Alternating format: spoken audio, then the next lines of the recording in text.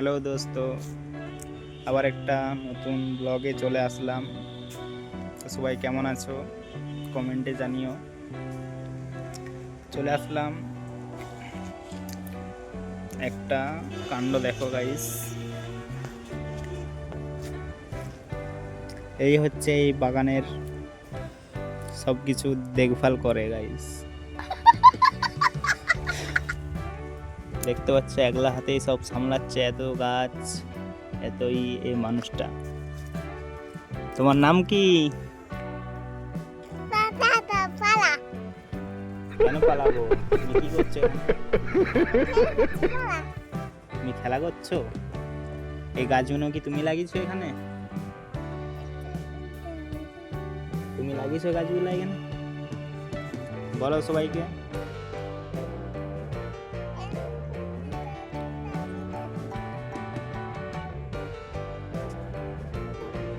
তো বলছে না কি করছে বাচ্চাটা।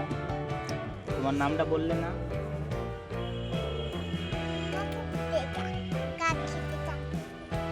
তুমি খেপা। তো বলছে না কি করছে।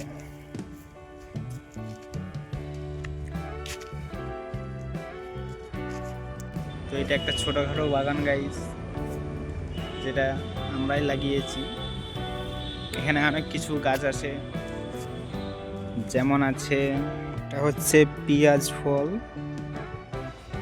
তারপরে এটা হচ্ছে বাঁধাকপি, এটা হচ্ছে আলুর শাক, এদিকে আছে একটা কি শাক জানি না, এটা হচ্ছে এটা হচ্ছে বাঁধাকপি, এটা হচ্ছে পুঙ্কো শাক, এরকম বিভিন্ন গাছ আছে। আর ওইখানে যেটা দেখছো সেটাও আমাদের।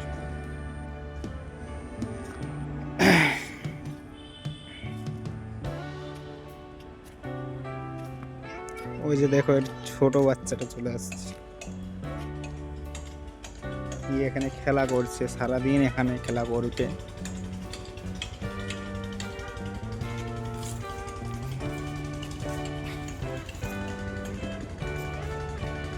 কি করছে দেখো গাইস, গর্ত করে দিয়েছে পুরো।